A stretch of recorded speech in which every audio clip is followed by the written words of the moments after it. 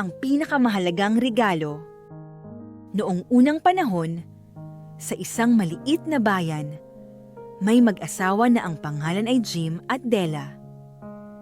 Mahirap lang sila, pero higit sa anumang bagay, mahal na mahal nila ang isa't isa.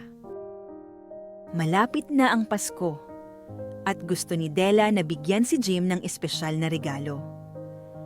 Pero nang tingnan niya ang kanyang pitaka, mayroon lamang siyang $1 at 87 sentimo.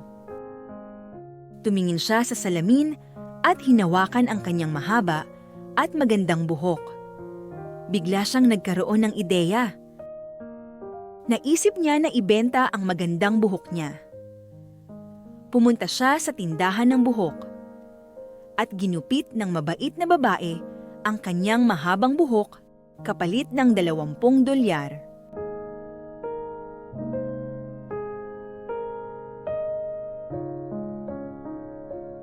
Nagmadali si Della na maghanap ng regalo. Puno ng tuwa ang kanyang puso at nagtingin siya sa bawat tindahan sa bayan. Hanggang sa makita niya ito. Isang magandang pilak na kadena para sa pocket watch ni Jim. Binili niya iyon gamit ang perang nakuha niya mula sa kanyang buhok. Perpekto ito para sa kanya. Mahal na mahal ni Jim ang lumang pocket watch niya.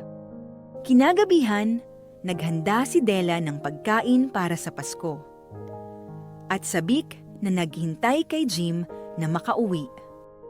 Nang dumating si Jim at binuksan ang pinto, bigla siyang napatigil. Nanlaki ang kanyang mga mata nang makita ang maikling buhok ni Della. Della, mahal ko. Anong nangyari sa buhok mo? Tanong ni Jim. Nagpagupit ako para mabilhan kita ng regalo. Hindi ba't ang ganda? Ngayon ay magkakaroon na ng maayos na kadena ang relo mo. Tahimik nang ngumiti si Jim at sinabi, Della, ibinenta ko ang pocket watch ko para may mabili rin akong regalo para sa'yo. iniabot niya ang kanyang regalo. Napasinghap si Della nang buksan niya ito. Sa loob ay ang magandang suklay na matagal na niyang pinapangarap. Ang suklay na sana'y perpekto para sa mahaba niyang buhok. Nagliwanag ang mukha ni Della nang makita ang regalo. Sandali silang tumawa at napaluha ng magkasama. Bawat isa sa kanila ay nagbitiw ng isang napakahalagang bagay. Dahil mahal na mahal nila ang isa't isa. Maaaring mahirap si Jim at Della.